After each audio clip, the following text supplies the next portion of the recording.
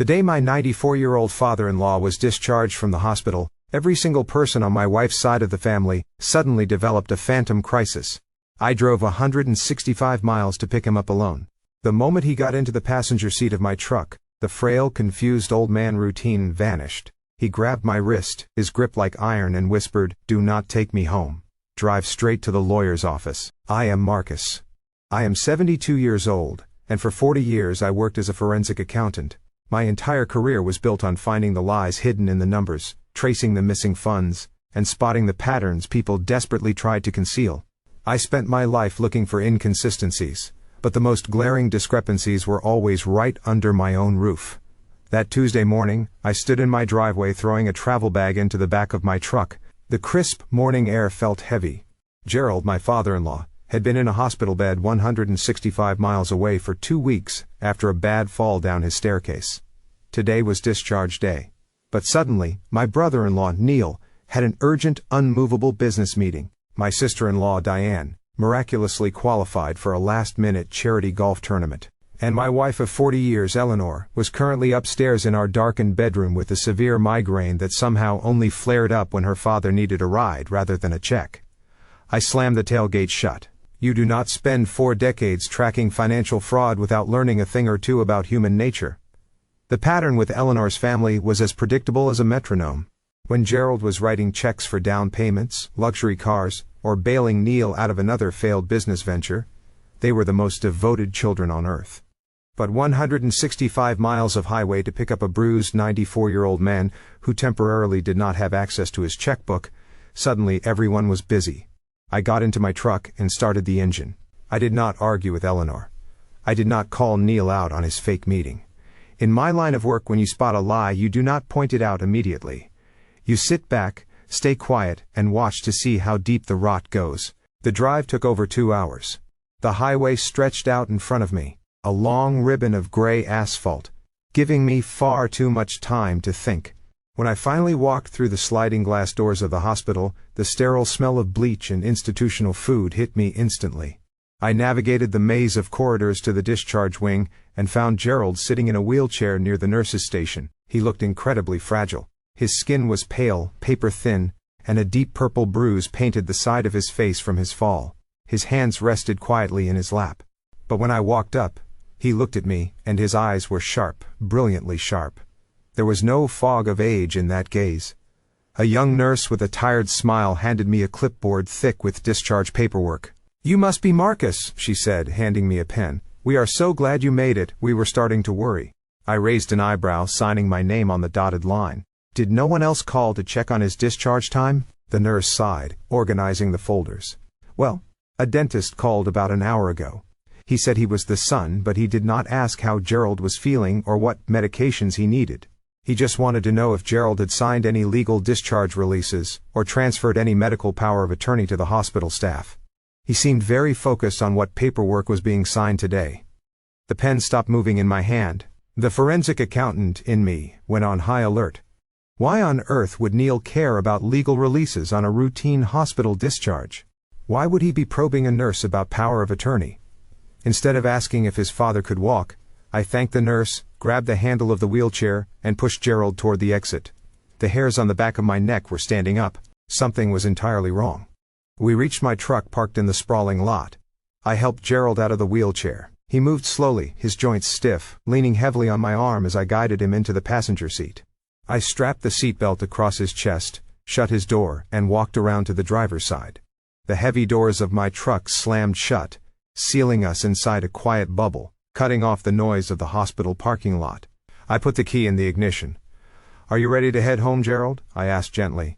Gerald did not answer right away. He turned his head slowly. The frail, shaking old man routine I had just watched him perform in the lobby vanished in a fraction of a second. His posture straightened. He reached out and grabbed my wrist. His grip was surprisingly strong, his fingers digging into my skin. "Do not take me home," he whispered. His voice was raspy but laced with an undeniable, terrifying clarity. "Drive straight to the lawyer's office. Bradford Winslow. Do not tell Eleanor. Do not tell anyone. Just drive." I did not ask questions. I put the truck in drive, pulled out of the hospital lot, and merged onto the interstate, heading back toward the city. The silence in the cab was thick, heavy with unspoken tension. I kept my eyes on the road, waiting. I knew better than to push him. 10 miles down the highway, Gerald finally spoke, staring blankly at the dashboard. "My fall," he murmured. The rasp in his voice completely gone, replaced by a cold, hollow tone. "It was not an accident, Marcus." My hands tightened on the steering wheel. I kept my voice steady. "What do you mean it was not an accident?" "The doctor said you slipped on the top stair." Gerald let out a bitter, dry laugh that sounded more like a cough. "That is what Neil told the paramedics. That is what Diane told the doctors. They came over that night unannounced. They cornered me in my study." Neil had a stack of papers. A transfer deed. He wanted me to sign over the 250-acre family estate right then and there. He was sweating, pacing, screaming that he needed the land to cover an emergency. Diane stood in front of the door, blocking my way out. I told them no. I told them I was not signing away the family legacy to cover Neil's gambling and whatever else he was hiding. I tried to walk past them. Gerald paused, taking a shaky breath. His iron facade cracked just for a moment, revealing the deep, agonizing betrayal of a father. Neil grabbed my shoulder to shove me back toward the desk. I lost my balance. I hit the door frame, spun around, and went tumbling down the top flight of the foyer stairs. I hit the landing hard. I could not move. I was lying there gasping for air, looking up at the top of the stairs. And Marcus, they did not come down. I stared at the highway, my blood turning to pure ice. "They left you there." "They stood at the top of the stairs and looked down at me," Gerald said, his voice trembling now with sheer rage. "Neil told Diane to grab the papers. I heard the front door shut. I lay there on the hardwood floor in agony for 20 minutes before the sirens arrived. They left me there, drove away, and called 911 anonymously from a payphone 2 towns over to make it look like a tragic accident." The puzzle pieces in my mind snapped together with violent, sickening force. Neil's sudden, urgent meeting today, Diane's golf tournament. They could not face the man they had nearly killed. They were hiding. But the most devastating realization hit me like a physical blow to the chest. Eleanor, my wife, she had refused to come today. She claimed she had a migraine, shutting herself in a dark room so she would not have to look me in the eye. I remembered her hushed phone calls in the kitchen over the last 2 weeks. The way she quickly changed the subject when I walked in. Eleanor did not have a migraine. She had an alibi. She knew exactly what her siblings had done to her father, and she had stayed silent to protect them. The woman I had slept next to for 4 decades was complicit in the attempted murder of the man sitting next to me. I pressed my foot down on the gas pedal. The engine roared as I sped up. "We are going to Bradford Winslow's office," I told him, my voice dangerously calm. "And we are going to burn their entire world to the ground."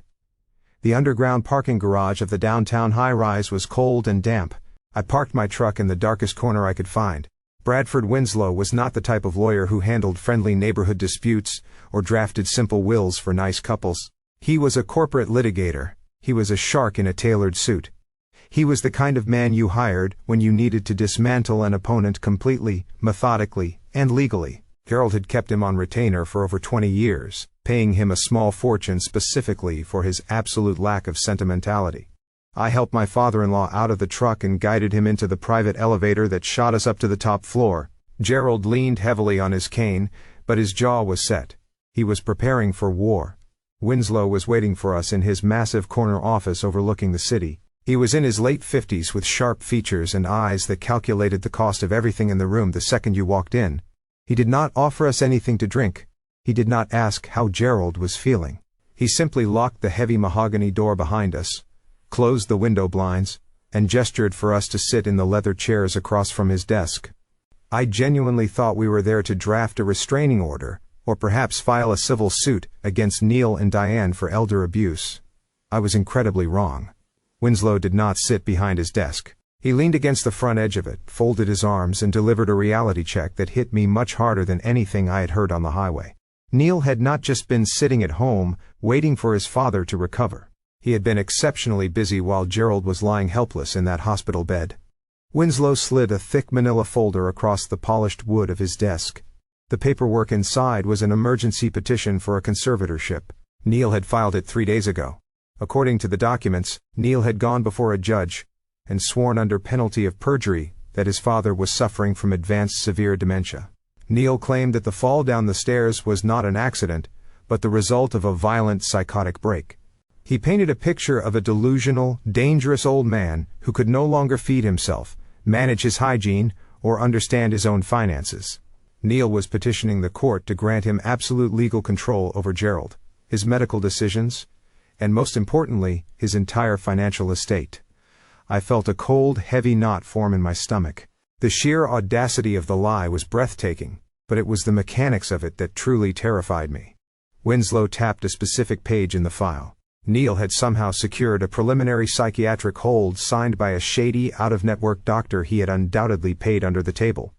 That signature was the loaded gun Neil was pointing right at his own father's head. Winslow explained the scenario with chilling precision. If the first took Gerald home, Neil would simply call the police. He would present the emergency petition and the signed psychiatric hold to the responding officers. The police would have absolutely no choice but to comply with the medical order. They would be legally bound to physically seize a 94-year-old man, pull him out of his own home, and place him in a locked psychiatric ward under the direct control of his son. Once Gerald was locked inside that ward, pumped full of heavy sedatives to keep him compliant, Neil would be handed the keys to the kingdom.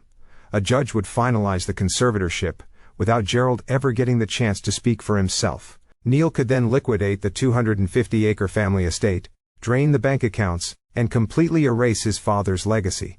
It would all be entirely legal, sanctioned by the state, and hidden behind the guise of a loving son taking care of his sick father. I sat frozen in the leather chair, processing the timeline. My mind raced backward, connecting every single dot. Every move they made over the last 2 weeks was meticulously calculated. Diane blocking the study door, Neil shoving him, leaving him on the hardwood floor so the paramedics would find a confused, injured old man who could not explain what happened. They were building a medical history to support their dementia claim. And then the final, most devastating piece of the puzzle clicked into place. My wife Eleanor had stayed home today with a fake migraine. She had stayed home because she knew Neil was waiting for me to bring Gerald right to our front door. They were using me as the delivery service for their own father's kidnapping. Eleanor had essentially left the back door unlocked for the wolves. The silence in the lawyer's office was suffocating. Gerald looked at me, his bruised face pale but resolute. We were trapped, and the law was currently on the side of the people trying to destroy us. Bradford Winslow leaned back against the edge of his mahogany desk, crossing his arms over his chest. He looked at me, his sharp eyes narrowing as he processed the gravity of the legal trap Neil had laid out. He did not look panicked. Lawyers like Winslow never panic. Instead, he asked the one question that instantly cleared the emotional fog from my brain. "Why the rush?" Winslow asked, his voice low and steady. "I have seen greedy children wait decades for their parents to pass away. They hover, they manipulate, but they rarely risk federal perjury charges and false imprisonment unless there is a ticking clock. What is driving Neil to pull the trigger right now?" That single question changed the temperature in the room. The shock and betrayal I had been drowning in for the last hour slowly drained away, replaced by the cold, calculating instinct I had honed over 40 years as a forensic accountant. In my line of work, you are trained to ignore the tears, ignore the excuses, and follow the money. People lie, but balance sheets always tell the truth. I want to explain briefly exactly what those 40 years actually taught me, because I think it matters to understanding how quickly I was able to pivot from heartbroken husband to methodical investigator in that lawyer's office. I spent decades sitting across conference tables from CFOs who swore under oath that their books were clean, from small business owners who cried genuine tears while explaining away six-figure discrepancies, from trusted employees who had quietly bled companies dry over years without a single colleague noticing. I learned, across all of it, that the human capacity for self-justification is essentially bottomless. Nobody who commits fraud believes, in the moment, that they are the villain of their own story. Neil did not see himself as a man trying to kidnap his own father. He saw himself as a desperate man doing whatever was necessary to survive. Eleanor did not see herself as a woman betraying her husband and endangering her father. She saw herself as a loyal sister protecting her brother from a system that was about to destroy him. Understanding that particular psychology, the way desperate people rewrite their own moral ledgers in real time, is what let me sit in that office and think clearly instead of simply falling apart. I closed my eyes and let my mind sift through the last few months of family interactions. I stripped away the forced smiles at Sunday dinners and the casual chatter about golf tournaments. I looked for the anomaly, and then I found it. It was a memory from exactly 3 months ago during a summer barbecue at my house. Neil had arrived late that afternoon. He drove a brand new leased luxury sport utility vehicle, wearing an expensive watch, and talking loudly about a massive commercial contracting job he had just secured. He was playing the part of the highly successful businessman, a role he had been rehearsing for decades, but the performance was cracking. He was sweating too much for a mild afternoon. He kept checking his phone every 2 minutes, his thumbs frantically typing out messages, his eyes darting toward the driveway every time a car drove past. Right before dessert, Neil had pulled me aside into my garage, away from Eleanor and the rest of the family. He shut the door behind us, cutting off the sound of laughter from the patio. The smell of his expensive cologne could not hide the sour scent of pure panic radiating off him. He paced back and forth between my tool benches before finally turning to me with a strained, desperate smile. He asked me for a bridge loan. He called it a minor cash flow hiccup, a temporary delay in receivables from his contracting business. He needed $60,000 in cash immediately, and he promised to pay me back with interest by the end of the month. When you spend your life auditing bankrupt corporations and embezzlers, you learn the vocabulary of a drowning man. A cash flow hiccup is never just a hiccup. It is a fatal hemorrhage. I had asked Neil to show me his accounts receivable ledger, offering to help him restructure his debts properly. The moment I asked to see his books, his entire demeanor changed. The friendly, desperate brother-in-law vanished, replaced by a defensive, aggressive stranger. He snapped at me, claiming he did not need a lecture from a retired bean counter, and stormed out of the garage. He left the barbecue 10 minutes later. I opened my eyes and looked at Winslow. The pieces were finally locking into place. Neil is completely underwater, I said, the reality of the situation hitting me with absolute clarity. He is not just greedy, he is drowning. He did not want a bridge loan 3 months ago. He wanted a life raft, and when I refused to throw him one, he realized he was out of options. I turned to look at Gerald. My father-in-law sat quietly in the leather chair, his hands resting on his cane. I explained the grim mathematics of his son's life. Neil had spent 30 years financing an illusion of extreme wealth. The luxury cars, the club memberships, the sprawling house, they were all built on a fragile mountain of credit and high-interest debt. When the economy shifted or a few contracts fell through, that mountain collapsed. Neil does not have time to wait for nature to take its course, I told Gerald, my voice softening as I watched the heartbreak wash over the old man's bruised face. You are 94 years old, Gerald, but you are strong. You could live to be 100. Neil cannot wait 6 years for an inheritance. He cannot even wait 6 months. Whoever he owes money to is breathing right down his neck. Winslow nodded slowly, picking up a pen and tapping it against his desk. And that makes the 250-acre family estate the ultimate prize, the lawyer murmured. Exactly, I replied. That land is prime real estate. Developers have been trying to buy it from Gerald for the last decade. If Neil successfully secures this conservatorship, he is not going to manage that land. He is going to liquidate it the very same day the judge signs the order. He will sell all 250 acres to the highest bidder for millions of dollars in cash, pay off his massive debts, and hide the rest. By the time anyone finds out what he has done, the family legacy will be paved over with concrete, and Gerald will be locked away in a psychiatric ward, with no legal voice to stop it. The silence in the office was suffocating. The motive was no longer a mystery. It was a terrifying mathematical certainty. Neil was not waiting for an inheritance to buy a boat or go on vacation. He was trying to steal a fortune to save his own skin. And he was willing to sacrifice his own father's freedom, dignity, and life to do it. We were not dealing with an arrogant son trying to take control of a family business. We were dealing with a cornered animal. And a cornered animal with nothing left to lose is the most dangerous creature on earth. I felt my pulse steady. The shock was completely gone. Now, if Neil wanted to play a game of numbers and legal traps, he had chosen the wrong family member to cross. I spent my entire career dismantling men exactly like him. We walked out of Bradford Winslow's office with a clear objective. There was absolutely no way I was driving my father-in-law anywhere near his own house. And my house was completely out of the question. Neil had the legal paperwork ready to turn a simple driveway drop-off into a police nightmare. I needed to make Gerald disappear completely off the grid until we could neutralize the conservatorship trap. I drove us to the opposite side of the city.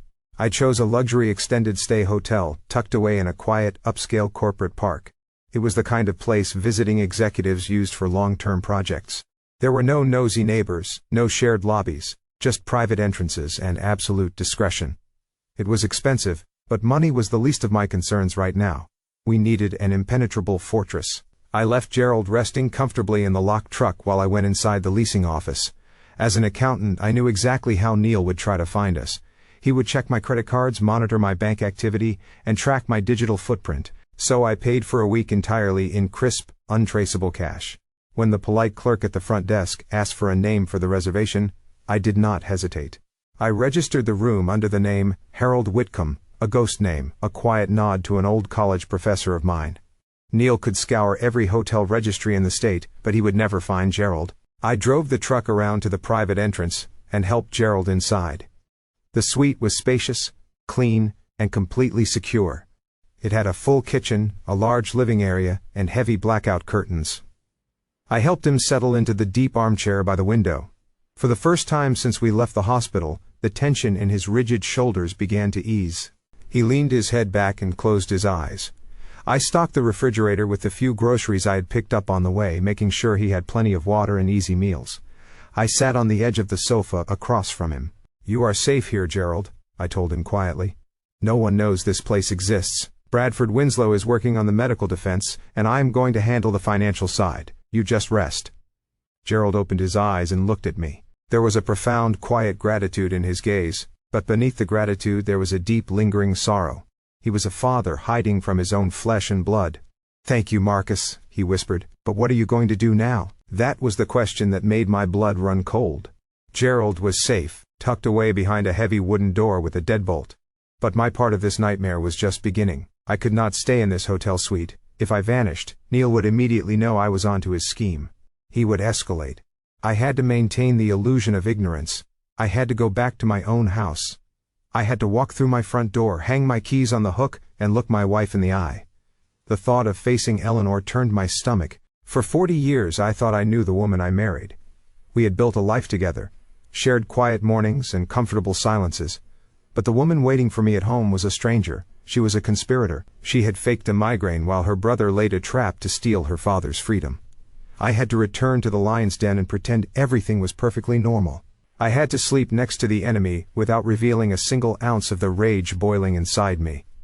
I stood up and patted Gerald gently on the shoulder. "Keep the door locked," I told him. "Do not answer the phone in the room. I will be back tomorrow morning." I walked out of the suite and listened to the heavy click of the deadbolt sliding into place behind me. The drive back to my neighborhood was agonizing. Every traffic light felt like an hour.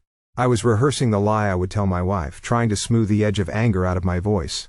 I was 2 miles from my house when my phone started vibrating in the cup holder. The caller ID lit up the dark cab of the truck. It was Eleanor. I let it ring 3 times. I took a deep breath, forcing my heart rate to slow down, and pressed the answer button over the truck's Bluetooth system. "Marcus, where are you?" Eleanor said, her voice echoing through the speakers. She sounded breathless, frantic. It was an incredibly convincing performance. "Where is my father? The hospital called and said he was discharged hours ago, and you have not answered my texts." I kept my eyes on the road. I gripped the steering wheel so hard my knuckles ached. I could hear the fake panic in her voice, but underneath it I heard the subtle, sharp edge of impatience. She was not worried about his health. She was worried that the package had not been delivered to the ambush site. I decided right then to run a test. I needed absolute, undeniable proof before I threw away a 40-year marriage. I needed to know if Eleanor was just blindly trusting her brother, or if she was actively feeding him information. "Calm down, Eleanor," I said, making my voice sound exhausted and slightly confused. "I did not want to bother you while you had your migraine. Your dad had a minor dizzy spell on the highway. I did not think it was safe to bring him all the way home yet." The line went dead quiet for a fraction of a second. The trap was set. "Where did you take him?" Eleanor demanded. Her tone was sharp now. The worried daughter act was slipping. "I took him to the Riverside outpatient clinic on the east side of town," I lied smoothly. "They have him resting in a private room on the 2nd floor. They want to keep him for a few hours just to monitor his blood pressure. I am going to grab a coffee across the street while I wait." "Oh, Marcus, you should have called me immediately," Eleanor said, her voice recovering its fake sympathy. "I will stay here and rest my head. Just keep me updated and do not move him without telling me." She hung up. I immediately pulled the truck over and made a sharp U-turn. Riverside Clinic was about 15 minutes away. The building was closed for the evening, leaving the parking lot completely deserted and bathed in the harsh yellow glow of the streetlights. I parked my truck behind a shuttered pharmacy across the street, killed the headlights, and waited in the dark. I sat in the silence of my cab and watched the dashboard clock. The digital numbers flipped forward, agonizingly slow. I prayed foolishly that the parking lot would stay empty. I prayed that I was wrong. I prayed that my wife of 4 decades would not betray her own father for a brother who was drowning in debt. Exactly 18 minutes later, the screech of tires tore through the quiet night. A black late-model luxury sport utility vehicle came tearing around the corner. It hit the curb, bounced heavily, and swerved into the Riverside Clinic parking lot. It was Neil. He parked diagonally across 2 handicapped spaces, slamming the transmission into park. I watched through my windshield as my brother-in-law jumped out of the driver's seat. He was wearing the same suit he probably wore to his fake business meeting. He was holding a thick manila folder in his left hand. The conservatorship papers, the psychiatric hold, the legal trap he had paid for. He sprinted toward the locked glass doors of the darkened clinic, yanking aggressively on the handles. When the doors did not open, he pounded his fist against the glass in pure, unadulterated frustration. He began pacing back and forth under the yellow lights, pulling out his cell phone and furiously dialing a number. My own phone remained silent. He was not calling me. He was calling Eleanor to tell her the bird was not in the cage. I leaned my head back against the headrest and closed my eyes. The absolute finality of the moment washed over me. There was no more room for doubt. There was no more space for hope. Eleanor had taken the lie straight from my mouth and handed it directly to her brother in less than a minute. She was not just a bystander. She was a fully active participant in the destruction of her own father. 40 years of marriage evaporated in the cold, dark cab of my truck. Every anniversary, every shared birthday, every quiet Sunday morning reading the newspaper together. It was all gone, erased by the sight of Neil pounding his fists against the clinic doors, holding the paperwork meant to lock a 94-year-old man away forever. I did not feel sadness anymore. The heartbreak had burned away, leaving nothing but cold, hardened resolve. The woman waiting for me at home was no longer my wife. She was an informant, and the men who try to outsmart a forensic accountant usually end up losing everything they have. I put the truck in gear, pulled quietly out of the shadows, and headed home. It was time to play the fool one last time. The drive back to the house was over, but the hardest performance of my life was just beginning. I pulled my truck into the driveway and turned off the engine. The house looked exactly the same as it had when I left that morning. It was a quiet 2-story brick home with manicured hedges and soft porch lights. It looked like a sanctuary, but stepping through the front door felt like stepping into a crime scene. I unlocked the deadbolt and walked into the foyer, dropping my keys into the ceramic bowl on the hall table. The clatter echoed loudly in the quiet house. Eleanor was sitting on the living room sofa. She wore her thick robe, a cup of herbal tea resting on the coaster in front of her. The lights were dimmed, playing up the narrative of her agonizing migraine. When she saw me, she stood up quickly, pulling her robe tighter around herself. Her face was a mask of weary concern, her brow furrowed, her eyes wide and searching. She asked me where I had been and why it had taken so long. She asked about her father. It was a masterful performance. If I had not just watched her brother pounding on the glass doors of an empty clinic across town, I would have believed every single word she said. I took a heavy breath, letting my shoulders slump. I channeled every ounce of exhaustion I felt into my posture. I told her the drive was long and traffic was terrible. I kept my voice flat and weary. Then I delivered the lie we had prepared. I told her the hospital doctors decided to keep Gerald overnight for observation. I said his blood pressure had spiked during the discharge process and they wanted to run a few more tests just to be safe. I told her he was resting comfortably in his hospital bed and that we could not pick him up until tomorrow afternoon at the earliest. I watched her face closely. The relief that washed over her features was immediate and profound. She let out a long, shaky sigh and placed a hand over her heart. She said she was so glad they were taking good care of him and that it was better to be safe than sorry. She said her migraine was finally starting to fade and asked if I wanted her to heat up some dinner. The ease with which she lied to my face was terrifying. She was relieved because the delay gave her brother another 24 hours to secure the conservatorship. She thought they still had the upper hand. I declined the food, telling her I just wanted to sleep, and walked past her up the stairs. We went to bed an hour later. The darkness of our bedroom felt suffocating. I lay on my back, staring at the ceiling, listening to the rhythmic breathing of the woman beside me. For 40 years that sound had brought me comfort. Tonight, it made my skin crawl. I waited patiently. In forensic accounting, patience is your greatest weapon. You do not rush the audit. You let the numbers settle, wait for the room to clear, And then you strike. I watched the digital clock on the nightstand. Midnight passed, then 1 a.m. I did not close my eyes for a single second. At exactly 2 a.m, Eleanor's breathing deepened into the heavy, even rhythm of deep sleep. I slipped out from under the covers with practiced silence. I did not put on my slippers. I walked barefoot across the carpet, easing the bedroom door open and stepping out into the dark hallway. The house was completely silent.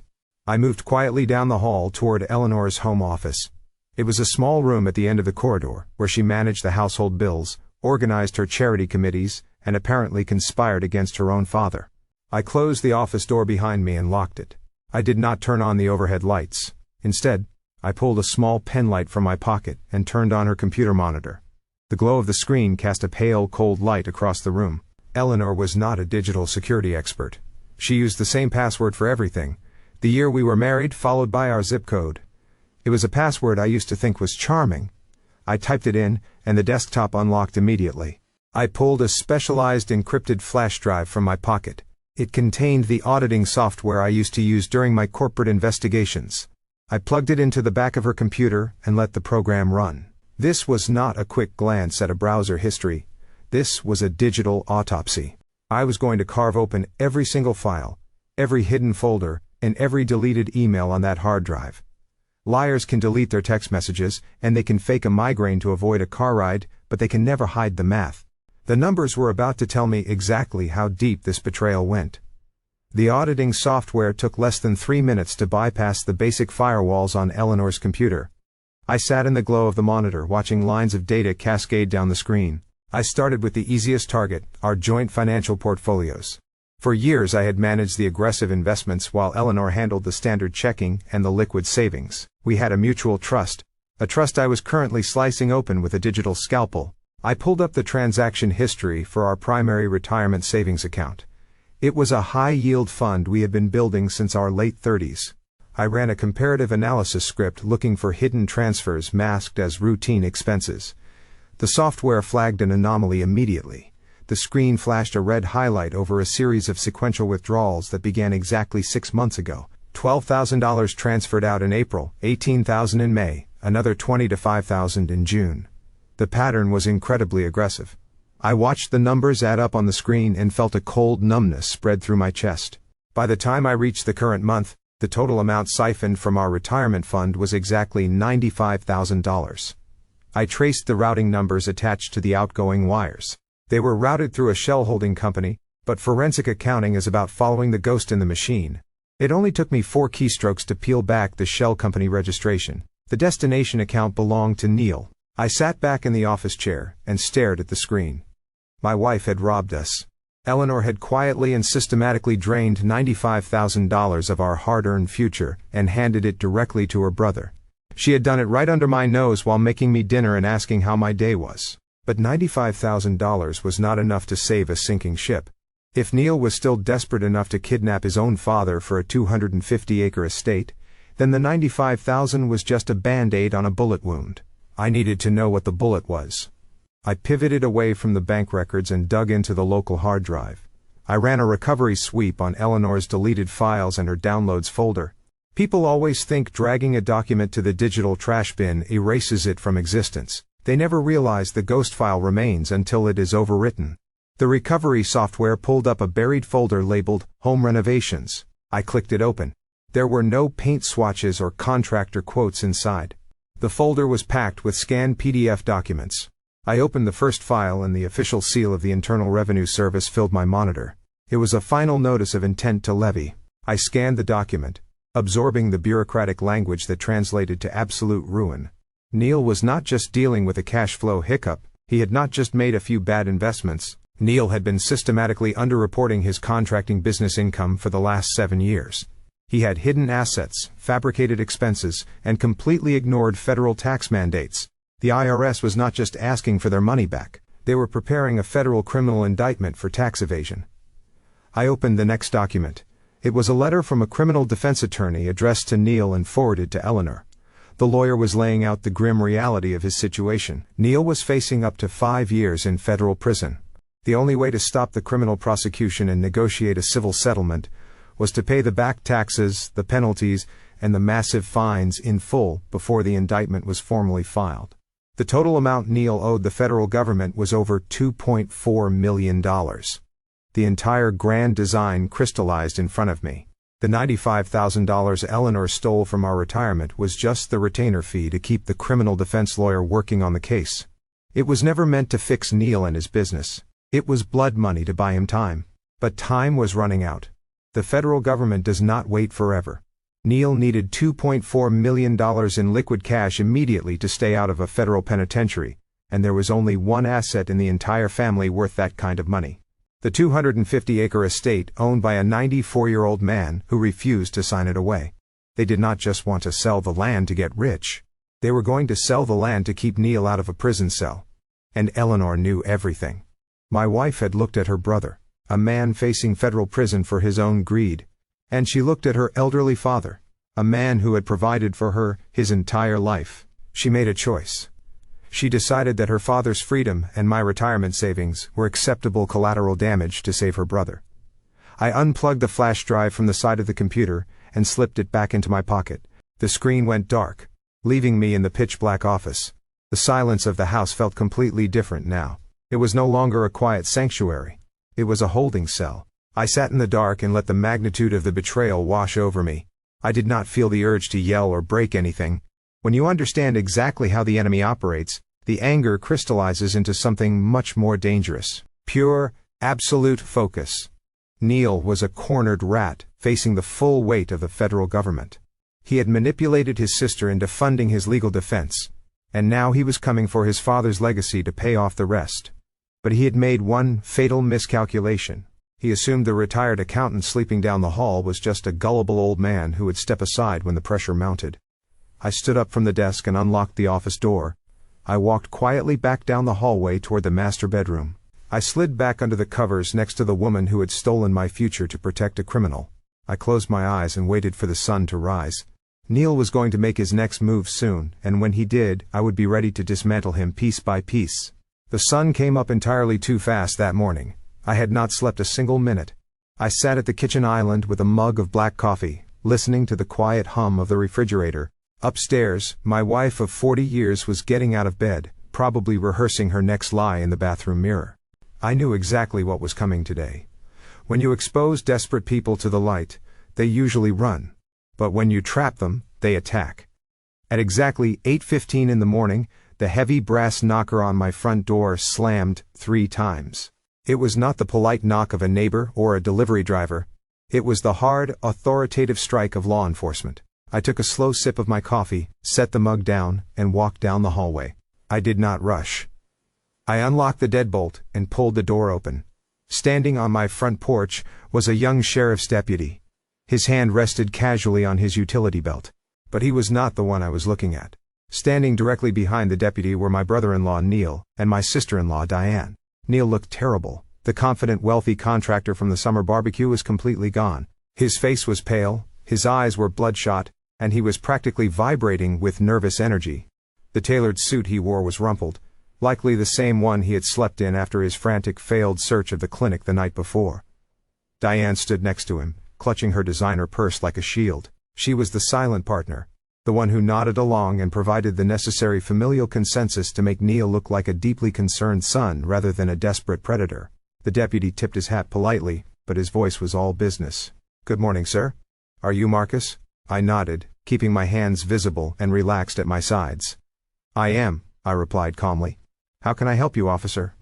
Before the deputy could say another word, Neil pushed his way to the front. He was holding a thick stack of legal papers, the edges crumpled from how tightly he was gripping them. He shoved the papers toward my chest. "Where is my father?" Neil demanded. His voice was loud, echoing down the quiet suburban street. "What did you do with him, Marcus? We know you did not leave him at the hospital, and we know he is not at that clinic. You kidnapped him." The word kidnapping hung in the crisp morning air.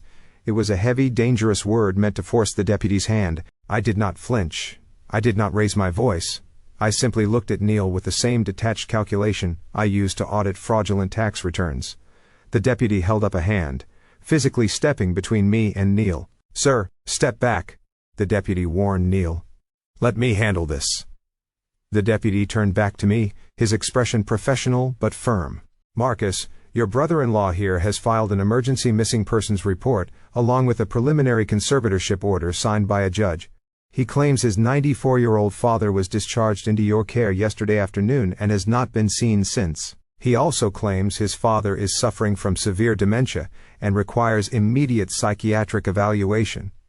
I listened to the deputy's words and felt a profound sense of disgust. Severe dementia. Immediate psychiatric evaluation. Neil was really going to go through with it.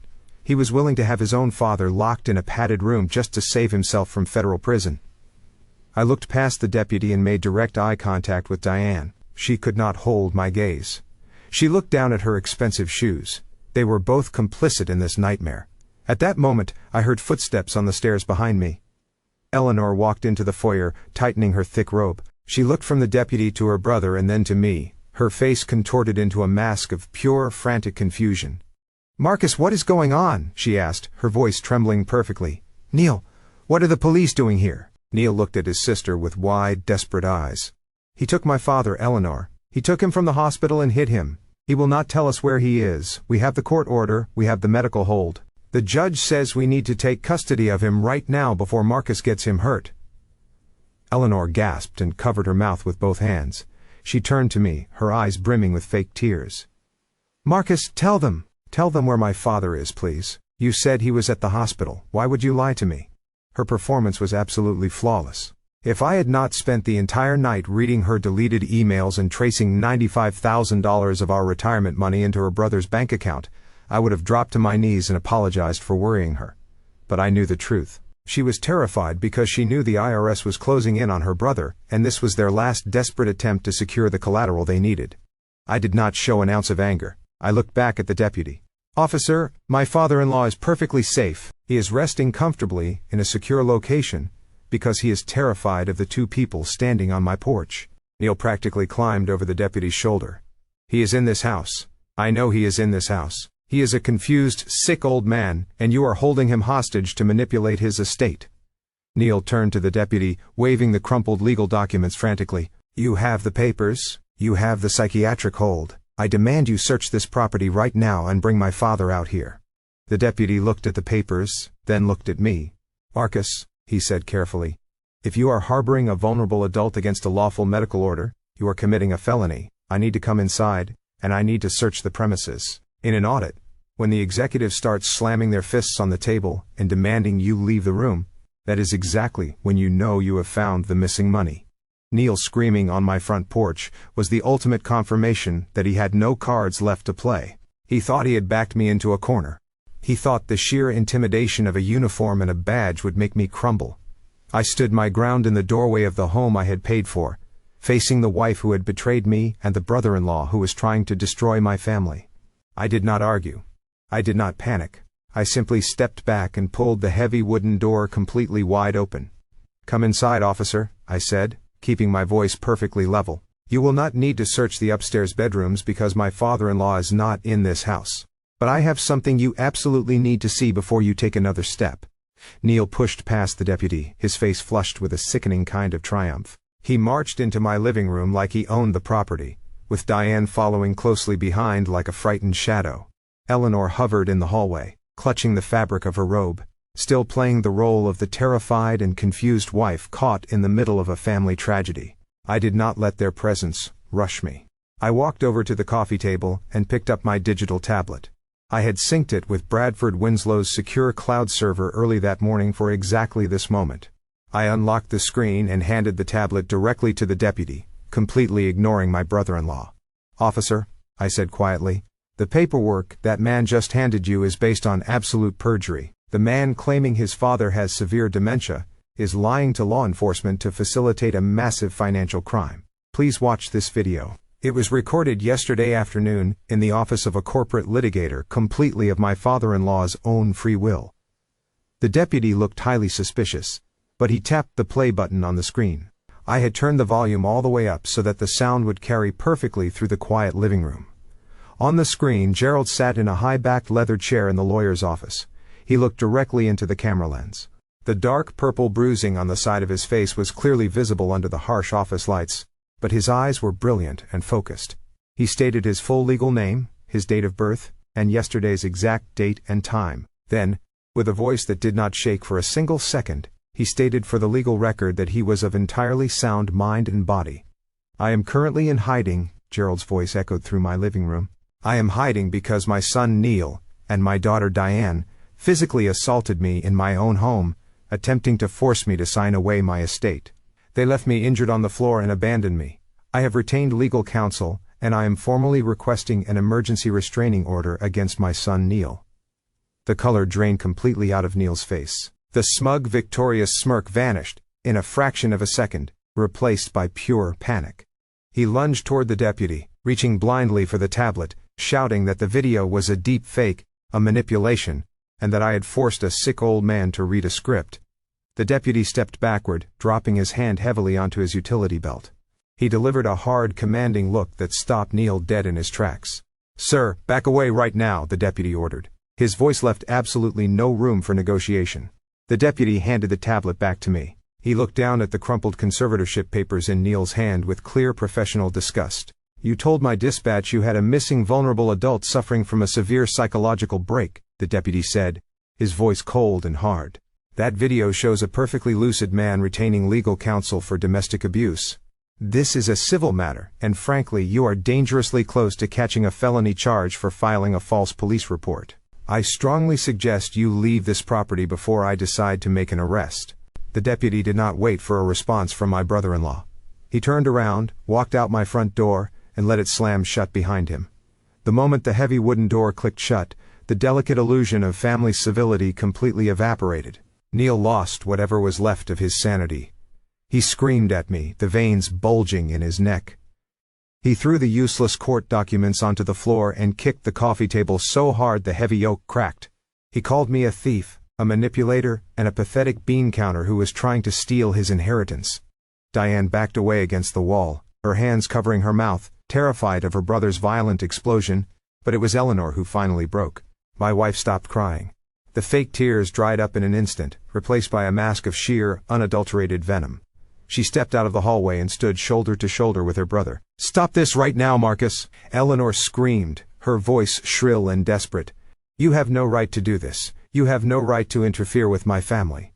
I looked at the woman I had married 40 years ago. I did not raise my voice. I asked her if she knew that her brother was facing federal prison for tax evasion. I asked her if she knew that her father had been lying on the hardwood floor in agony while she faked a migraine in our bedroom. Eleanor did not deny a single thing. She did not express a shred of remorse for her father's suffering. Instead, she pointed a trembling finger directly at my chest. "It is his land," she shouted, her voice echoing off the walls of the house we had built together. "It is blood money, Marcus. It belongs to us, not you. Neil is going to lose everything. He is going to go to jail. You do not understand what is at stake here. You just need to step aside and let us fix this." She was actively justifying the destruction of her own father to save a criminal. She was telling me to my face that my moral compass meant absolutely nothing compared to her brother's survival. She was totally and irrevocably lost to me. I did not scream back. I did not argue. In forensic accounting, when the audit is complete and the fraud is fully exposed, you do not stand around debating the embezzler. You simply pack up your briefcase and hand the findings over to the authorities. I turned my back on my wife and her brother. I walked up the stairs to the master bedroom. I pulled a heavy leather suitcase from the top shelf of the closet and began throwing my clothes into it. I did not bother folding anything. I just packed enough to survive the next few weeks. I grabbed my passport, my personal financial ledgers, and the encrypted flash drive containing the digital autopsy of Eleanor's crimes. I zipped the suitcase shut and walked back down the stairs. Neil was pacing like a caged animal in the foyer, muttering frantically to Diane about finding a new judge and filing a different appeal. Eleanor stood by the door, her arms crossed, her face hard and defiant. She thought I was retreating. She thought the pressure had finally broken me, and I was stepping aside just like she had demanded. I stopped in front of her. I looked into her eyes for the very last time. I did not say goodbye. I did not tell her I wanted a divorce, or that I was taking half of everything we owned. Words were completely useless now. I simply adjusted my grip on the handle of my suitcase, walked past her and pushed the front door open. I walked down the driveway toward my truck. The morning air was sharp and cold against my face. I threw my suitcase into the passenger seat and climbed behind the wheel. I did not look back at the house as I pulled out of the driveway and drove down the street. The lines were permanently drawn, and I was going to war. I drove straight from the house I had just abandoned, and headed back into the city. I did not turn on the radio. The heavy silence in the cab of my truck gave me the space I needed to compartmentalize the destruction of my marriage. I pulled into the underground parking garage of the extended stay hotel, and went straight up to the suite where I had hidden my father-in-law. When I unlocked the door, Bradford Winslow was already there. Lawyers like Winslow do not wait for the dust to settle. They build bunkers, while the bombs are still falling. He was sitting at the small dining table with his laptop open, typing furiously. Gerald was sitting in his armchair, drinking a cup of hot tea, looking much more rested than he had the day before. Winslow closed his laptop and looked at me. He did not ask how things went at the house. The fact that I was standing there with a leather suitcase told him everything he needed to know about my wife and her brother. Winslow simply nodded and got right down to business. "We have a problem," Winslow said. "Neil still has that preliminary psychiatric hold floating around out there. The deputy walking away this morning bought us time, but it did not kill the legal order. Neil is desperate. He is going to find a judge who is willing to sign a bench warrant if we do not neutralize his medical claim immediately." I sat down on the edge of the sofa and asked him how we kill it. Winslow smiled a cold, calculating smile. "We do not just kill it," he replied. "We obliterate it." Over the next 3 hours, the luxury hotel suite was transformed into a high-level medical clinic. Winslow had not just been typing emails. He had been calling in favors. If Neil wanted to play dirty by paying off a shady out-of-network clinic doctor, Winslow was going to crush him with absolute, undeniable prestige. One by one, 3 different doctors arrived at the hotel suite. These were not random general practitioners. They were board-certified geriatric psychiatrists. One was the head of neurology at the State University. Another was a leading expert in cognitive decline who regularly testified as an expert witness in federal court. Winslow had hired all 3 of them independently to ensure there could be absolutely no claims of bias or collusion. They evaluated Gerald one at a time behind the closed doors of the suite's bedroom. I sat in the living room with Winslow, listening to the muffled sounds of the examinations. They did not just ask Gerald what day it was or who the president was. They put him through rigorous, exhaustive cognitive stress tests. They tested his short-term memory, his long-term recall, his spatial awareness, and his executive functioning. I paced the floor of the living room, feeling a slight twinge of anxiety. Gerald was 94 years old. He had just survived a brutal physical assault and a terrifying hospital stay. The stress alone would be enough to make anyone stumble over a few questions. If he faltered, if he showed even a shadow of confusion, Neil could use it to drag this out in court for years. The third and final doctor stepped out of the bedroom just after lunchtime. She was a stern-looking woman with gray hair and glasses resting on the bridge of her nose. She closed the bedroom door quietly and walked over to where Winslow and I were waiting. She pulled a pen from her pocket and signed the thick stack of legal affidavits Winslow had prepared. She looked at me and offered a warm, genuine smile. "Your father-in-law is one of the sharpest men I have evaluated this year," the doctor said. "His cognitive function is not just normal for his age, it is exceptional." He recounted the details of his physical assault with perfect sequential clarity. "He understands exactly what his son is trying to do, and he understands the legal implications of his own financial estate." I let out a long, heavy breath. The relief was overwhelming.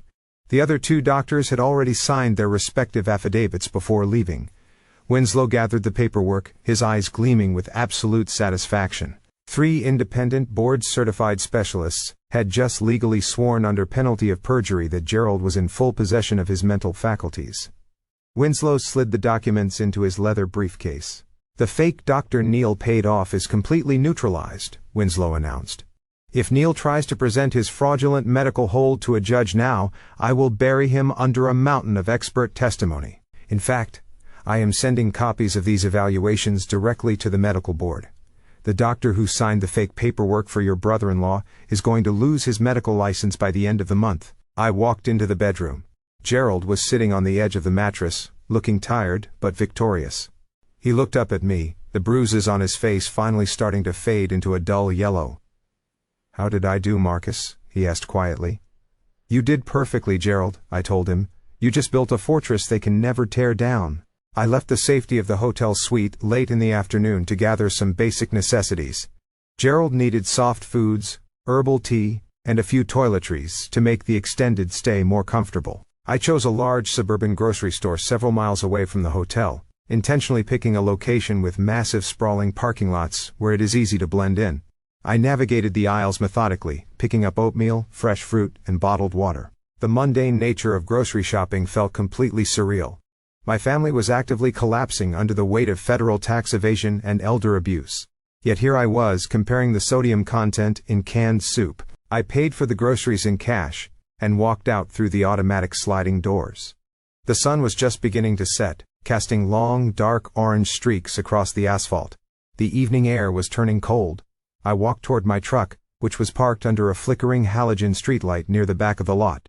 I unlocked the doors with my remote, hoisted the grocery bags into the back seat, and reached for the driver's side door handle. Before my fingers even touched the metal, the roaring sound of a heavy diesel engine tore through the quiet parking lot. A massive lifted black pickup truck swerved around the corner of the grocery store at an alarming speed. It cut diagonally across the empty parking spaces and slammed on the brakes, stopping just inches away from my rear bumper. The aggressive angle of the black truck completely pinned my vehicle against the concrete median. I was blocked in. The driver's side door of the black truck swung open, and Curtis stepped out onto the pavement. Curtis was Diane's husband. He was a local contractor who specialized in cheap commercial remodels and cutting corners on municipal permits. He was exactly the kind of man who thought volume and aggression were adequate substitutes for actual intelligence. He wore stained work boots, faded denim jeans, and a heavy canvas jacket that smelled faintly of stale beer and cheap cologne. His face was flushed red with anger, and he walked toward me with heavy stomping steps. I did not back away. I stood my ground next to my driver's side door and watched him approach. In my career, I have interviewed dozens of men exactly like Curtis, men who realize the financial walls are closing in on them and decide that physical intimidation is their last remaining asset. Curtis stopped less than 2 feet away from me. He invaded my personal space, puffing out his chest to make himself look as wide and imposing as possible. He pointed a thick, calloused finger directly at my face. "Where is the old man, Marcus?" Curtis demanded. His voice was a harsh, guttural bark that echoed across the empty section of the parking lot. "You think you are so smart hiding him away. Diane is an absolute wreck. Neil is pacing a hole in the floor. You need to tell me exactly where you stashed him right now." I looked at him with an entirely blank expression. I did not say a word. I did not cross my arms. I simply let the silence hang in the cold air. My silence infuriated him even more. Curtis took another step forward, closing the distance between us, until I could literally feel the heat radiating off his body. He slammed his heavy hand flat against the window of my truck door, leaning his entire body weight toward me in a blatant display of physical dominance. "You do not understand what is happening here," Curtis growled, lowering his voice into a menacing, gravelly whisper. "Neil is not playing games anymore. The banks are calling my house now, Marcus. Neil used my business as collateral for one of his bridge loans. And if that 250-acre estate does not sell by the end of the month, the bank is going to take my company, my trucks, and my house."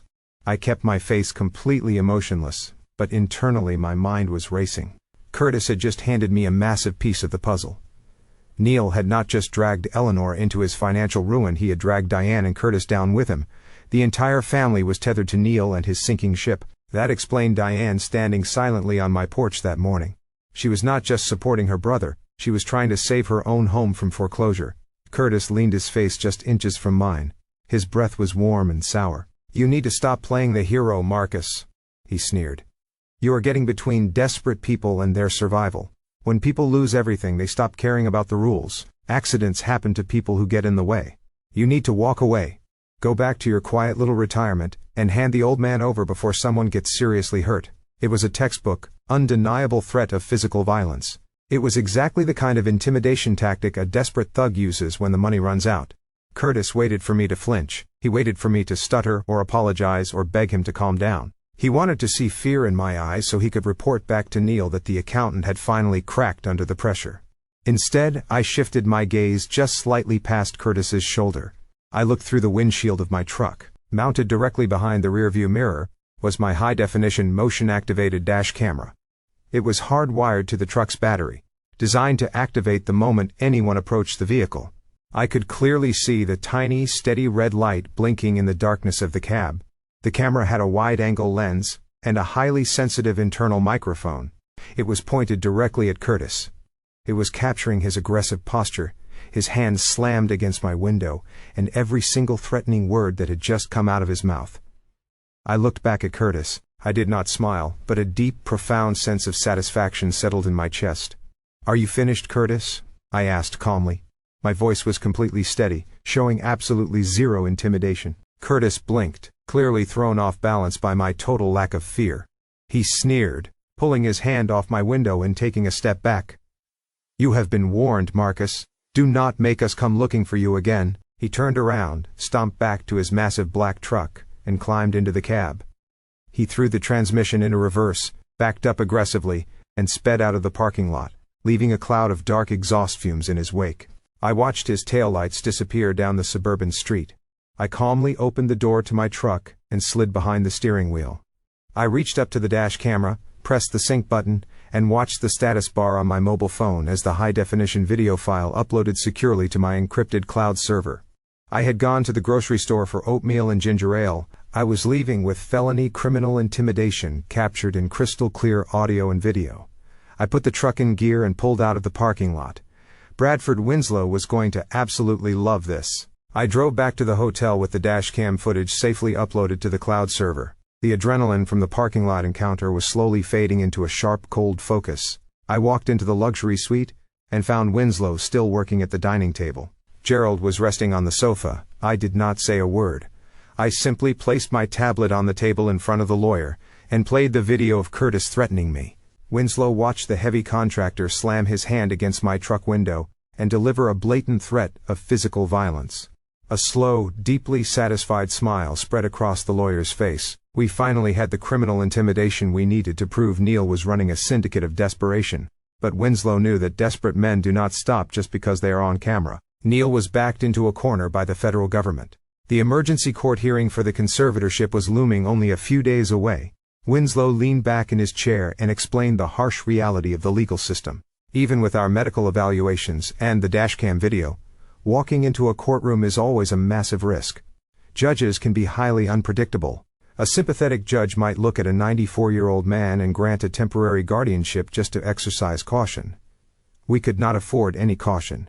We needed to completely eliminate the risk of a judge handing Gerald over to his son. We needed Neil to voluntarily cancel his own petition before we ever stepped foot inside a courtroom. Winslow closed his laptop and looked at me and Gerald. He said the only way a starving predator drops his weapon is if you hand him a piece of meat. We needed to give Neil exactly what he wanted, or at least the absolute illusion of it. We needed to craft a piece of bait so irresistible and so perfectly aligned with his immense greed that he would swallow the hook without thinking twice. We were going to make Neil believe he had won the war. We sat around the heavy wooden table and began to draft a document. It was not a real, legally binding contract. It was a highly sophisticated piece of psychological warfare disguised as a formal settlement agreement. Winslow used all the heavy, archaic legal jargon necessary to make it look completely authentic. It was a draft of an updated will combined with an immediate transfer deed. The fake document told a very specific, carefully constructed story. It was drafted to look like the desperate surrender of a terrified, exhausted old man. The terms explicitly stated that Gerald was willing to immediately transfer the entire 250-acre family estate directly into the name of his son. In exchange, Neil simply had to drop the emergency conservatorship, cancel the medical psychiatric hold, and agree to a permanent no-contact order. I read over the printed draft. It was brilliant. It made it look like my father-in-law had completely given up the fight. It made it look like the parking lot threat from Curtis had actually worked, and that I was begging for a way out just to protect my own physical safety. Neil would look at this heavy bond paper and see total, unconditional victory. He would think he had finally broken us under the weight of his intimidation. Gerald read the paper and nodded slowly. He understood the strategy perfectly. But Winslow reminded us of the most critical step in the plan. We could not just hand this document to Neil or his attorneys directly. If a shark like Winslow willingly handed over a complete surrender, Neil would immediately suspect a trap. The document had to be leaked. It had to feel like a secret, illicit victory. It had to come from a weak link in our armor. I told Winslow that I would be the weak link. I needed to deliver this bait directly to my wife. Eleanor believed I was just an accountant who was tired of fighting family drama. If I gave her the document under the guise of an exhausted, defeated husband trying to salvage his own quiet retirement, she would absolutely believe the performance.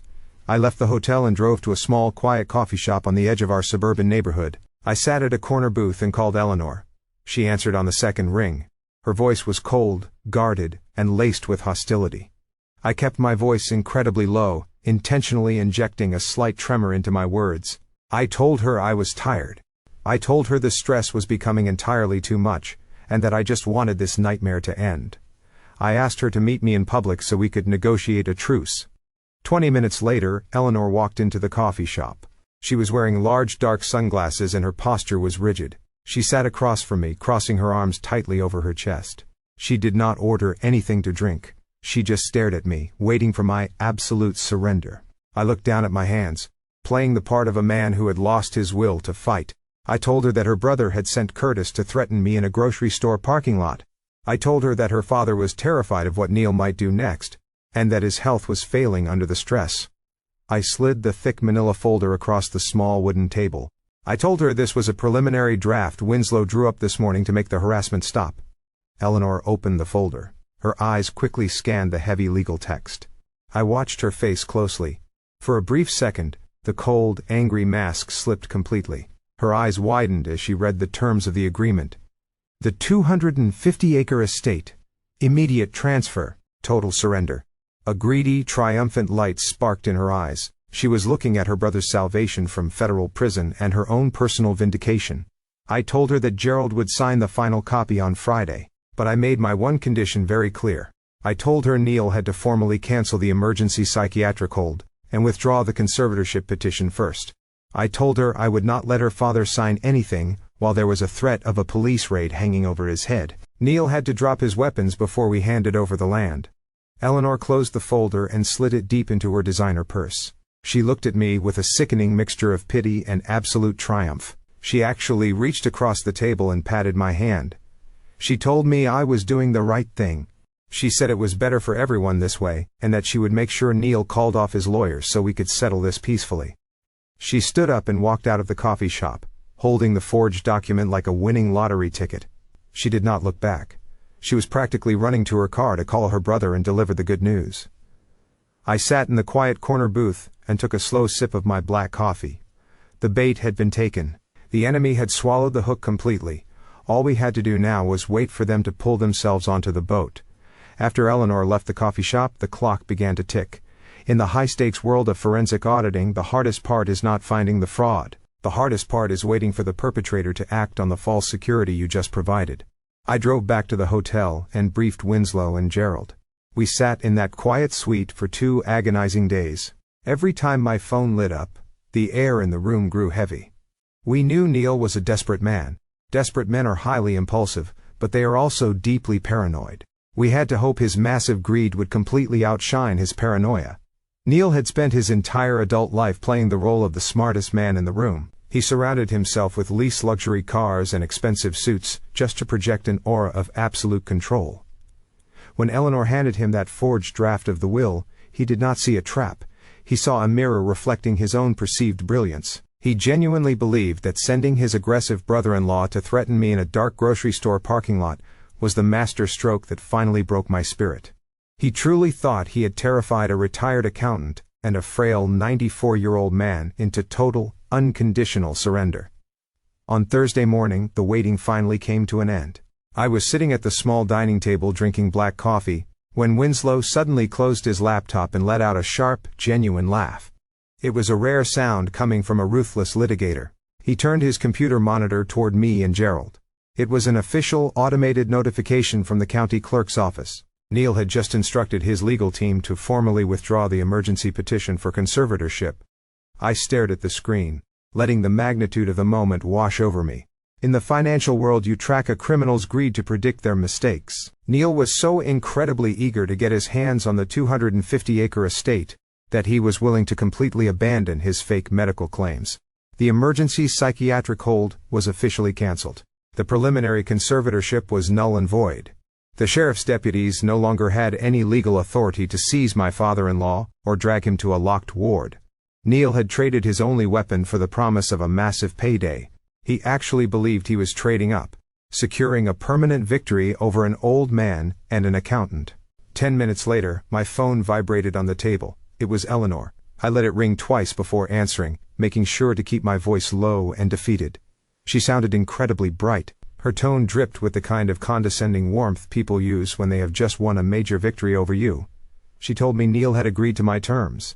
She said her brother was willing to drop all the legal hostility because he simply wanted peace in the family. The sheer audacity of her lies was staggering.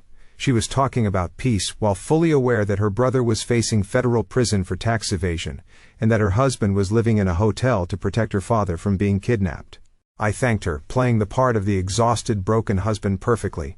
I told her I was relieved we could put this ugly business behind us and move forward. Eleanor then delivered the final piece of the puzzle. She said Neil wanted to finalize the transfer immediately.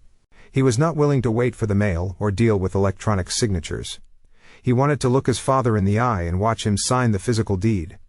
She told me Neil had booked a private mediation room at the downtown courthouse for Friday morning at 9 sharp. It was the perfect neutral ground, a place where everyone could feel safe and walk away clean. I agreed to the time and the location. I told her we would be there with the paperwork ready. I hung up the phone and looked across the room at Winslow. The profound arrogance of my brother-in-law was almost difficult to comprehend. He had chosen this downtown courthouse to finalize his extortion. He wanted to stand in the very building that represented law and justice while he committed the greatest theft of his entire life. He thought the formal legal setting would intimidate Gerald into signing the paper quickly, without causing a scene. He assumed the imposing marble columns and the presence of court officers in the hallway would keep us quiet and compliant. He had no idea he was booking the exact location of his own absolute destruction. Winslow immediately began organizing his thick physical files, placing the medical evaluations and the real financial documents into his leather briefcase. The decoy phase was officially over. We did not need to hide in the hotel shadows anymore. The legal threat hanging over Gerald was completely dissolved, swept away by Neil and his own blinding desperation. We were finally back on the offensive. Gerald stood up from his armchair and walked over to the window, looking out at the sprawling city skyline. For the first time since I had picked him up from the hospital, he looked relaxed. The heavy burden of the psychiatric threat had been lifted from his shoulders. His bruises were finally fading into a dull yellow, but his resolve was stronger than ever. The frail old man routine was permanently retired. He was ready to face his children and strip them of their illusions. That evening we did not discuss the betrayal anymore. We ate a quiet, simple dinner in the hotel suite. It felt like the calm before the ultimate storm. I packed my heavy leather suitcase, taking extra care to place the encrypted flash drive and the digital memory card containing the dashcam video files safely into my breast pocket. The trap was completely built. The bait had been swallowed without a single second of hesitation. The target was happily swimming right toward the boat, totally oblivious to the hook resting in his jaw.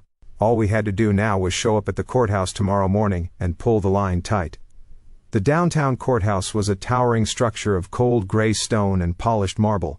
It was a building designed to make you feel incredibly small the moment you walked through the heavy revolving doors. The air inside smelled of floor wax and stale coffee. Our footsteps echoed sharply down the long corridors. Gerald was not using a wheelchair today. He walked slowly but with immense purpose, his cane tapping a steady rhythm against the hard floor. Bradford Winslow walked beside us, carrying his leather briefcase. He looked perfectly at home in the rigid, unforgiving environment of the legal system. We took the elevator to the 4th floor and walked down the hall to the private mediation suites. Neil had booked the largest room available. He wanted a grand stage for his ultimate victory. I pushed open the heavy oak door, and we stepped inside.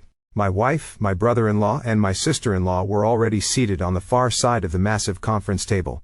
They looked like royalty waiting to receive the absolute surrender of a conquered nation. Neil was wearing a brand new, immaculate charcoal suit.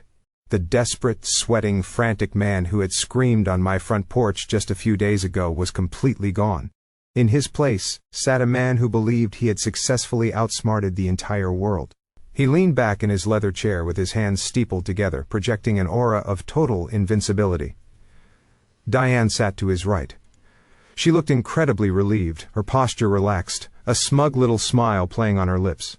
She was looking at Gerald not as her father, but as a finalized real estate transaction that was about to save her own house from foreclosure. And then there was Eleanor. She sat on the left side of her brother. When I walked into the room, she looked at me with a sickening mixture of pity and arrogant superiority. She had her hands folded neatly in front of her. She truly believed she was the peacemaker of this entire ordeal.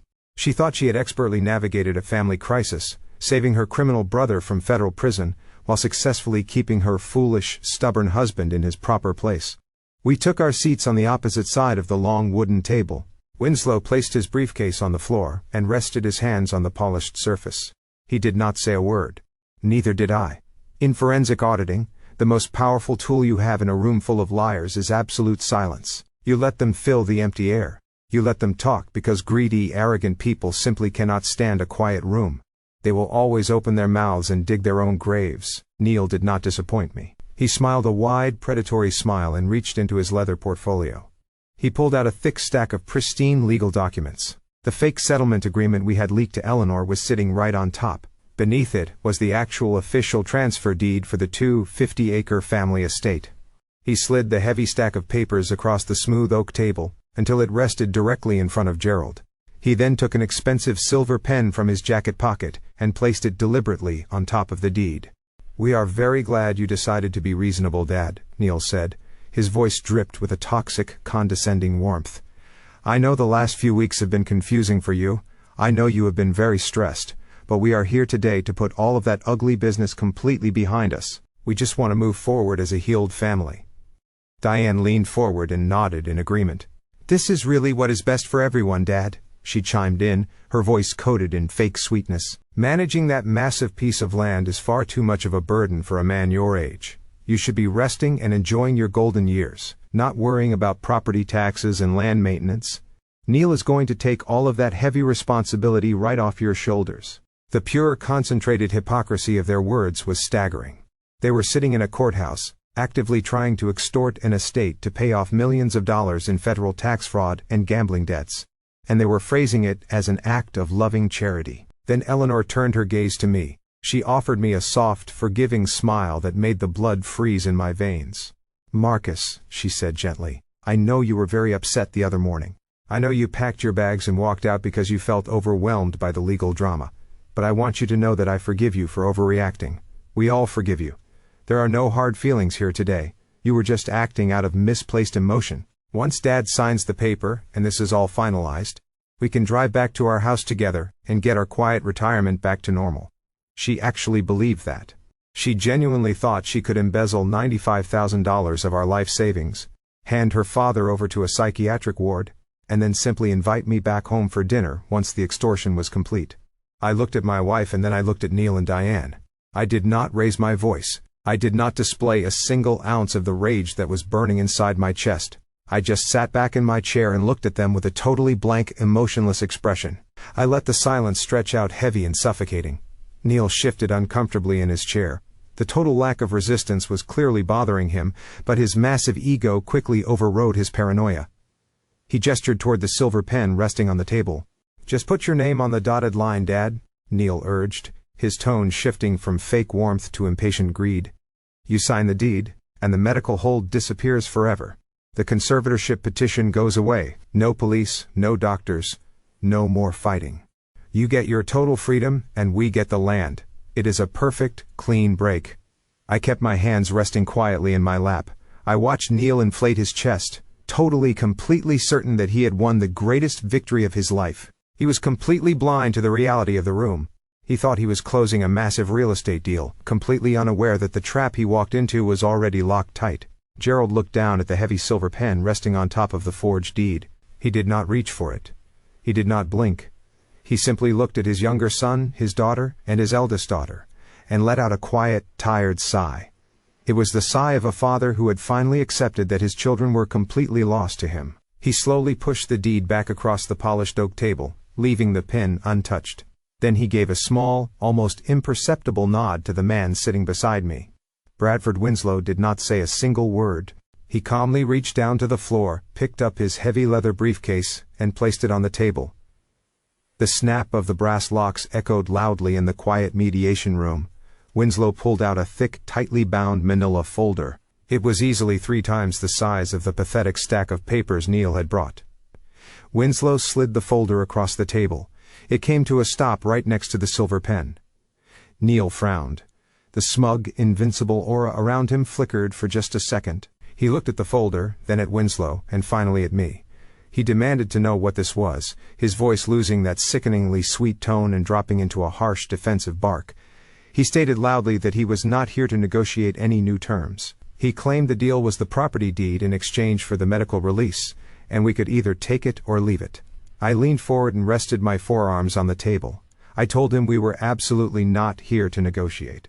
I explained that in my profession, when I sit down at a table with an embezzler, the negotiation phase is already over. We were here for the final audit. I reached out and flipped open the heavy cover of Winslow's folder. I pulled out the first stack of documents and slid them directly in front of my brother-in-law. I watched the color completely drain from his face as he recognized the official seal of the Internal Revenue Service printed at the very top of the pages. I kept my voice incredibly calm and flat. I told Neil I knew exactly why he was in such a desperate rush to liquidate his father's land. I read the numbers out loud, making sure they echoed off the walls of the small room. 7 years of fabricated business expenses, hidden offshore assets, a final notice of intent to levy, over $2.4 million in unpaid federal taxes, penalties, and fines. I watched his eyes dart frantically back and forth across the pages. I told him he was not trying to manage a family estate. He was trying to use his own father to buy his way out of a federal criminal indictment. Diane gasped and grabbed the edge of the table. She looked at her brother in absolute horror. Neil had clearly kept the federal tax fraud a secret from her. She thought she was just helping him out of a temporary cash flow problem to save her own house from foreclosure.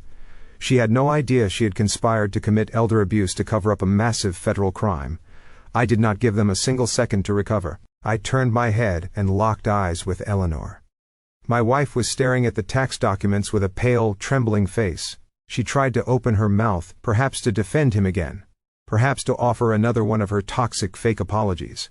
I cut her off completely. I pulled the second stack of papers from the folder and slid them toward her. I told her I ran a full digital recovery on her home office computer while she was sleeping the other night. I laid out the bank routing numbers, the internet protocol logs, and the sequential withdrawal receipts. 12,000 in April, 18,000 in May, 25,000 in June. I watched the realization hit her like a physical blow. Her shoulders collapsed. I spoke clearly, ensuring every single person in the room understood exactly what she had done.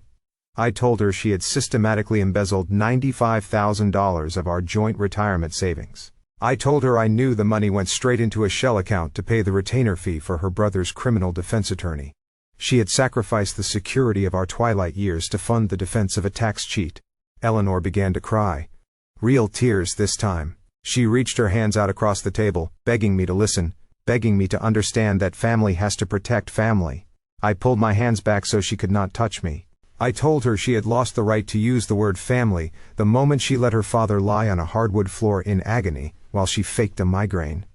Neil finally snapped out of his shock. He slammed his fist down on the table, trying to regain control of a room that had entirely slipped through his fingers. He shouted that none of these papers mattered. He screamed that I had illegally hacked his sister's computer, and that any financial issues he had with the government were completely separate from his father's declining mental health. He pointed a shaking finger at Gerald, declaring that the medical hold was still valid, and that he would drag his father to a locked psychiatric ward today if we did not sign the deed immediately. I looked at Neil and almost pitied his absolute delusion. I reached into the breast pocket of my jacket and pulled out my mobile phone. I set it down in the dead center of the oak table. I told him his memory must be failing him because he had formally withdrawn the psychiatric hold and canceled the conservatorship petition yesterday morning. I reminded him that he traded his only weapon for the fake settlement draft sitting right in front of him. He was completely disarmed by his own greed. Then I turned my attention back to Diane. I told her that her husband Curtis had paid me a visit in a grocery store parking lot the other night. I tapped the screen of my phone. I had isolated the audio file from my truck dash camera and maximized the volume. The heavy, aggressive voice of the local contractor filled the quiet mediation room. Curtis's threats echoed loudly against the marble walls. You are getting between desperate people and their survival. Accidents happen to people who get in the way. Diane covered her face with her hands and let out a broken sob. She knew exactly what that audio meant. It was not just a heated argument. It was premeditated, documented criminal intimidation. Her husband had just handed me the final nail in their collective coffin. I pressed pause on the phone. The silence that followed was heavy and absolute. I looked at the three people sitting across from me. They were completely dismantled. The arrogant royalty from 10 minutes ago had been reduced to three terrified criminals staring at the absolute ruin of their own lives. They had nothing left to say. They had no more threats to leverage, and no more lies to hide behind. I had brought the final audit to the table, and they were completely bankrupt. The silence in the room stretched out heavy and absolute. Then, incredibly, Neil began to laugh. It was not a nervous laugh. It was the deep, resonant chuckle of a man who still firmly believed he held the ultimate trump card. He leaned back in his leather chair and shook his head, looking at the mountain of evidence I had just presented, as if it were nothing more than a minor accounting error. He wiped a fake tear of amusement from his eye, and told me I was wasting my breath. "You really think any of this matters, Marcus?" Neil asked, his voice dripping with arrogant amusement. "You think a few tax problems and a noisy contractor are going to stop me?" He reached out and tapped his index finger against the transfer deed resting in the middle of the table. He declared that he was the rightful heir to this family. He said that 250-acre estate was his absolute birthright. He claimed that land was worth at least $12 million to the commercial developers he had been meeting with. Neil looked at his sister and his wife, his confidence completely restored. He told Diane to stop crying. He explained his twisted delusional logic to the entire room.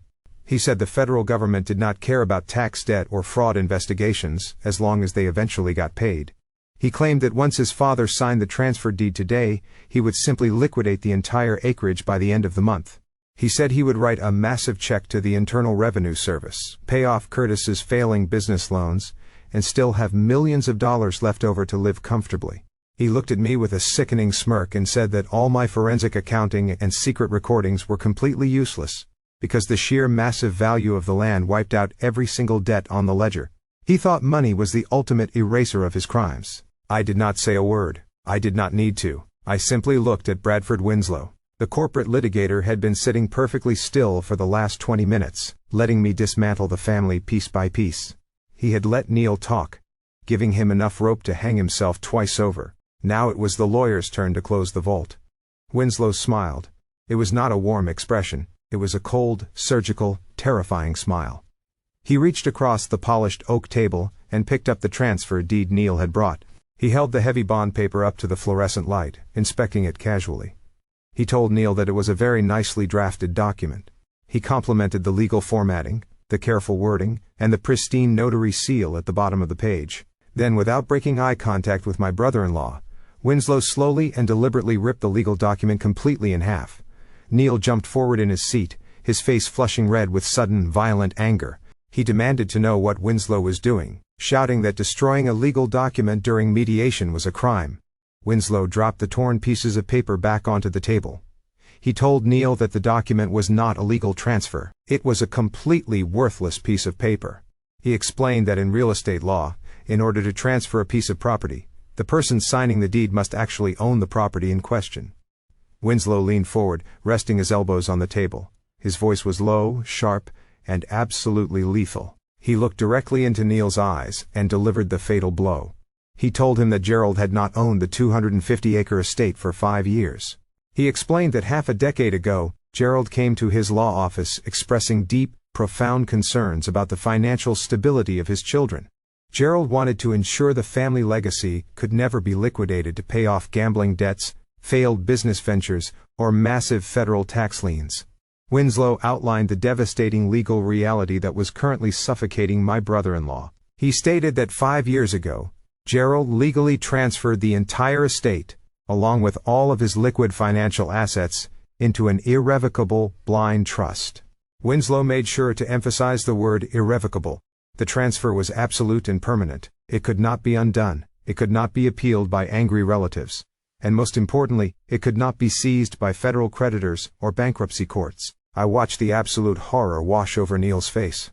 The smug, invincible arrogance shattered into a million irreparable pieces. The color drained from his cheeks, leaving his skin a sickly pale gray. He slumped back into his chair. The breath knocked completely out of his lungs. Winslow continued his merciless legal autopsy.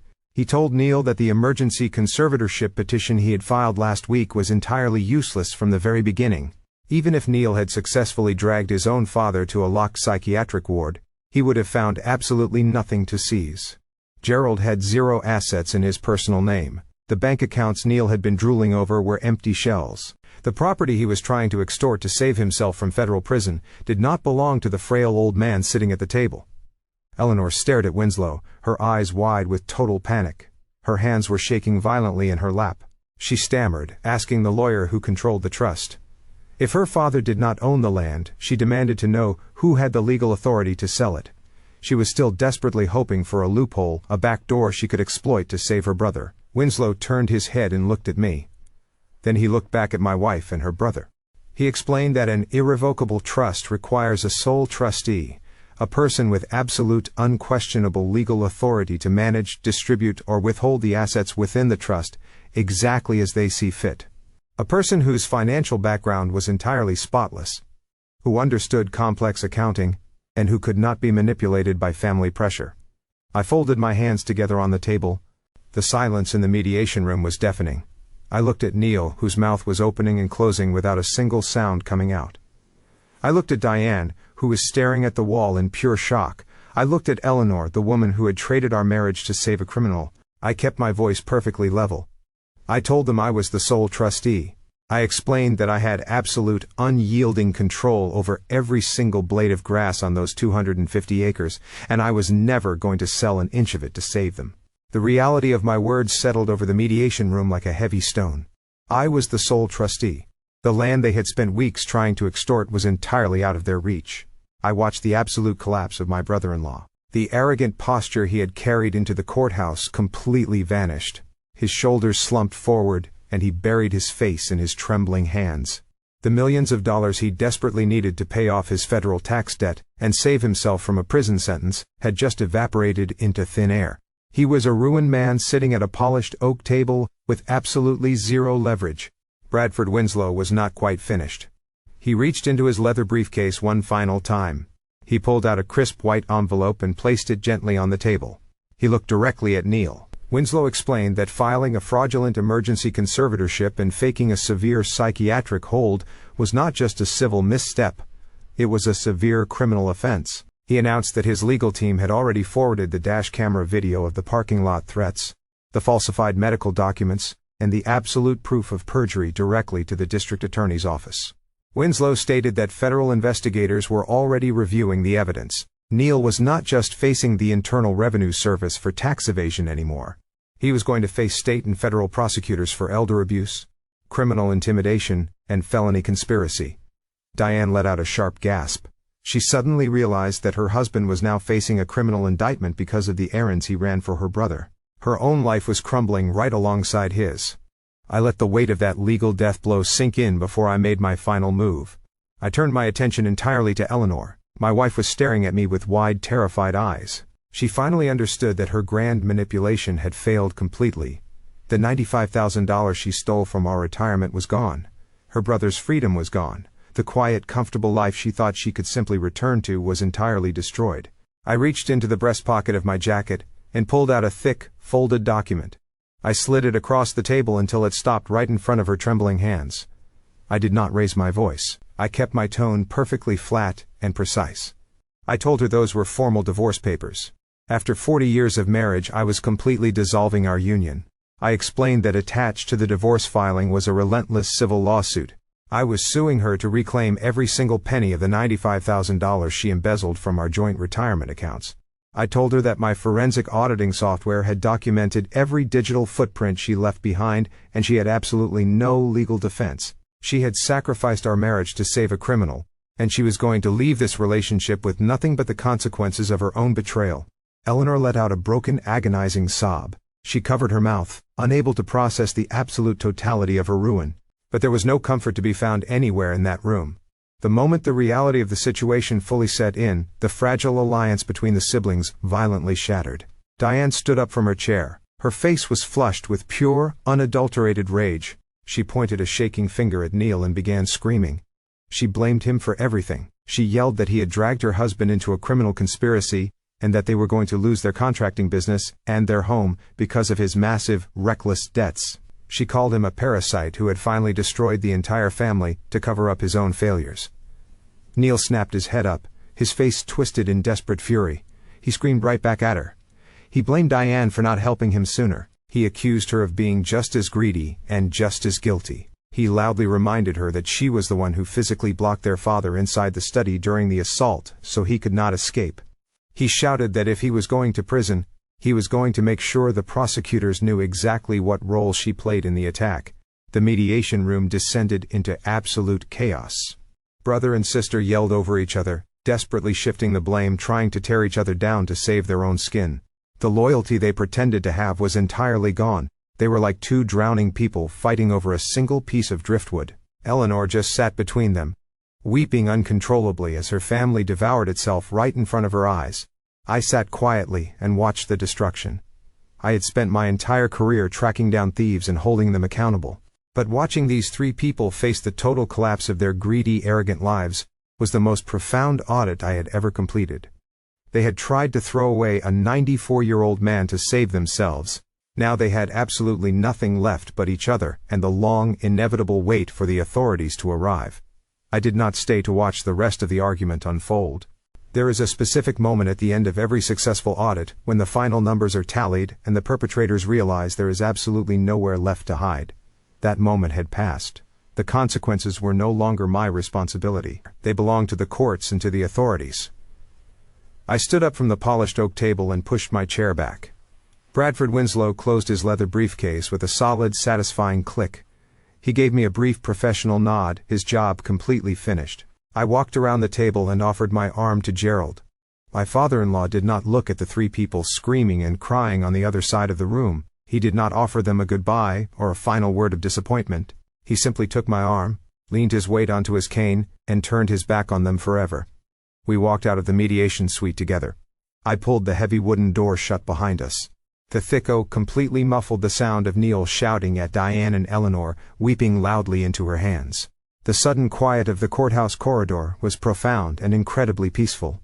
We did not rush. We walked slowly and deliberately down the long hallway, our footsteps echoing softly against the marble floor.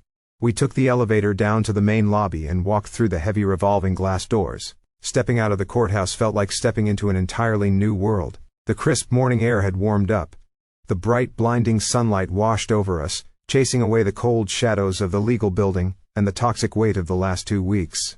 I guided Gerald across the concrete parking lot toward my truck. He moved a little easier now. The heavy burden of fear that had been pressing down on his shoulders was completely gone. I opened the passenger door and helped him climb inside, making sure he was comfortable before I walked around to the driver's seat. I closed my door, put the key in the ignition, and started the engine. The familiar rumble of the truck filled the cab. I looked over at Gerald. We did not need to have a long, heavy conversation about the betrayal or the legal battles that were still to come.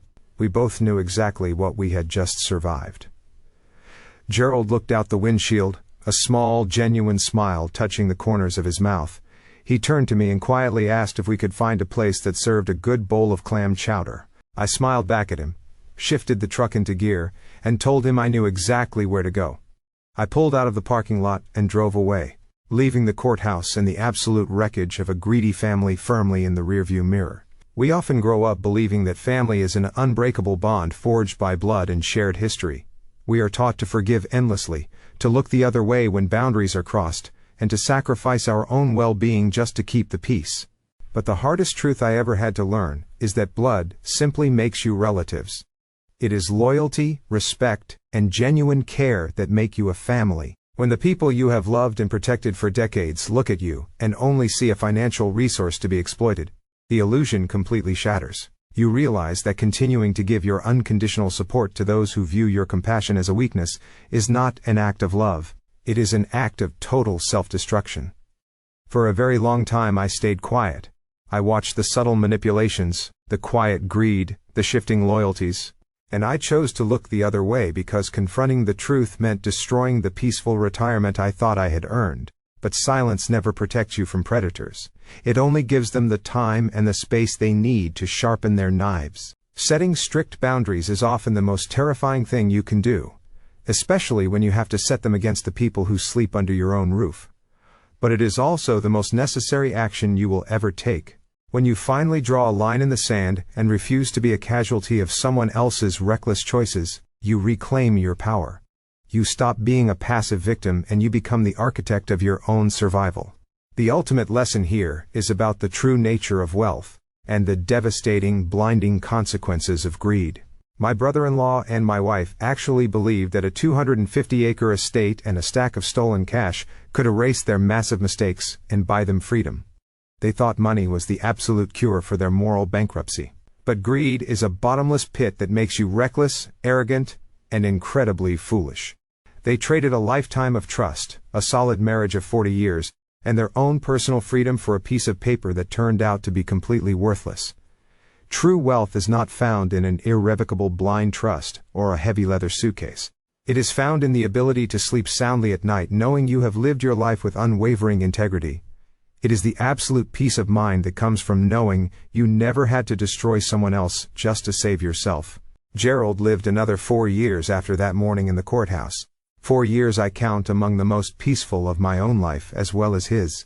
We settled into a quiet rhythm together, the two of us, sharing dinners, taking slow drives along the coast whenever his health allowed it, rebuilding, in our own understated way, the family neither of us had been given but both of us still deserved. He never spoke about Neil, or Eleanor, or Diane again, not once, not even in his final weeks, and I never pushed him to. Some doors, once closed with that much finality, simply don't need reopening to find peace on the other side of them. Letting go of the people you thought would be with you until the very end is a profound and agonizing grief. But sometimes walking away from the wreckage of a toxic family is the absolute only way to save your own life. You have to be willing to burn the bridges that are leading you directly into a trap. And when the smoke clears and the screaming finally stops, you will find that the silence left behind is not empty at all. It is filled with the incredible, quiet peace of finally being free.